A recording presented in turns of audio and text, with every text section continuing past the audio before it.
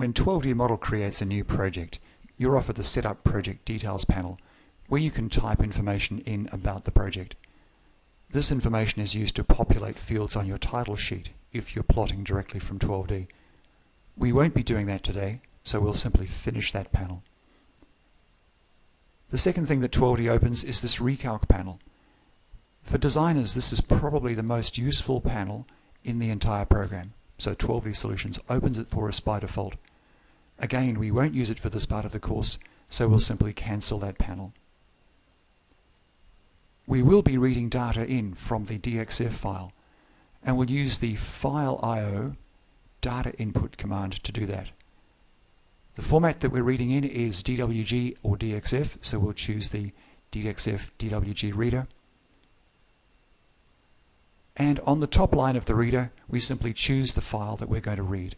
Survey.dxf is stored in the project folder alongside the 12D model project, so it's easy to find. We'll choose the survey.dxf file and press the button that says read.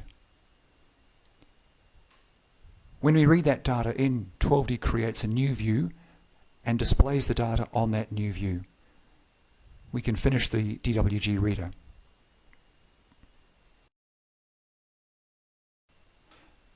The survey data has been read in and is being displayed on the screen in plan number 2. I can use the minus button to look at the models or layers that have been created on plan number 2 when we read in the DXF file. I can use the plus button to see which layers or models can be added to the view. As you can see, there's nothing to be added. All the data from the survey has already been added to view number 2. I'm going to maximize view number 2 to make the most of our screen and use the wheel mouse to zoom in just a little on the data. We can use the toggle command now to display the Z values of the data that's been read in, simply by ticking on the tick and cross and pressing the button that says Z values.